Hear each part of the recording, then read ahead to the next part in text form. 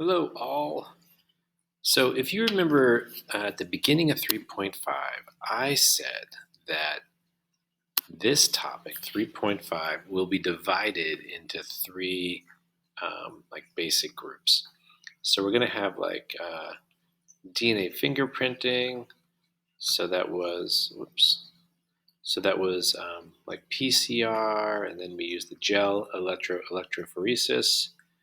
And we could use that to like determine who the criminal was or maybe find out who a father was. The second thing, which we just finished recently, was GMOs. So these are genetically modified organisms, and that is simply taking genes or genetic material out of one organism and putting it into another through gene transfer.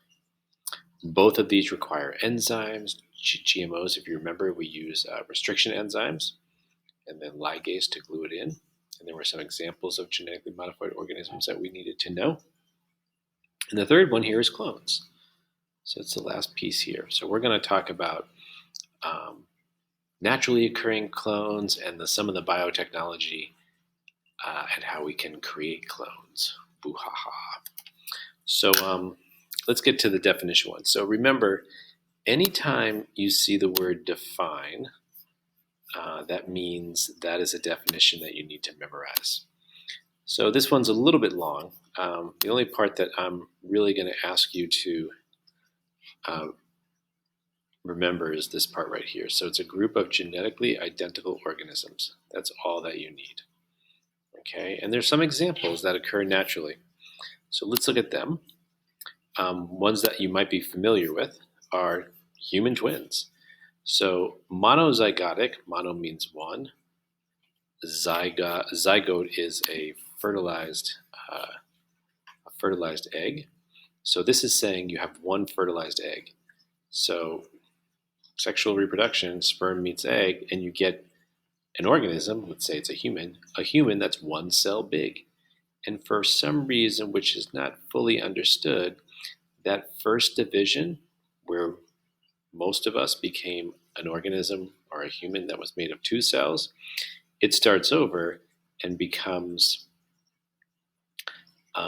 two separate individuals, however, genetically identical.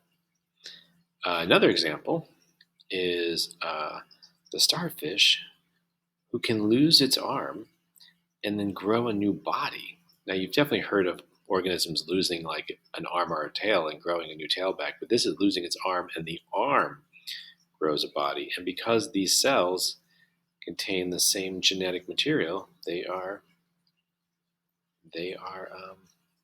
clones. And then anything that reproduces asexually, don't know why I crossed that, I meant to underline it. So definitely bacteria. There's also some lizards. There's this freshwater like jellyfish called a hydra. It has these little tentacles that come off. And hydra can just grow little babies off the side of them like this. And that baby will be a clone off of the mother, or I'm not sure if it's a mother or a father if it's reproducing asexually, but the genetic material in this offspring and the genetic material in the parent will be the same. And then there's a whole bunch of examples with plants. So you can have something called runners. Strawberries are like this, like a strawberry plant will grow, and then, oh, my pen just died. I know I just don't have it on pen. Okay, Mr. Fleming, you lost it. So you have like a strawberry plant growing like this, and then part of it will go along the ground and sometimes under the ground and then pop up somewhere else and be a new plant. However, it is, I don't have the color brown. It is still genetically identical, so they're considered clones. Some potatoes can be like that. So these are all plenty of examples of naturally occurring clones. But what about the unnatural ones? And that's what we'll talk about next.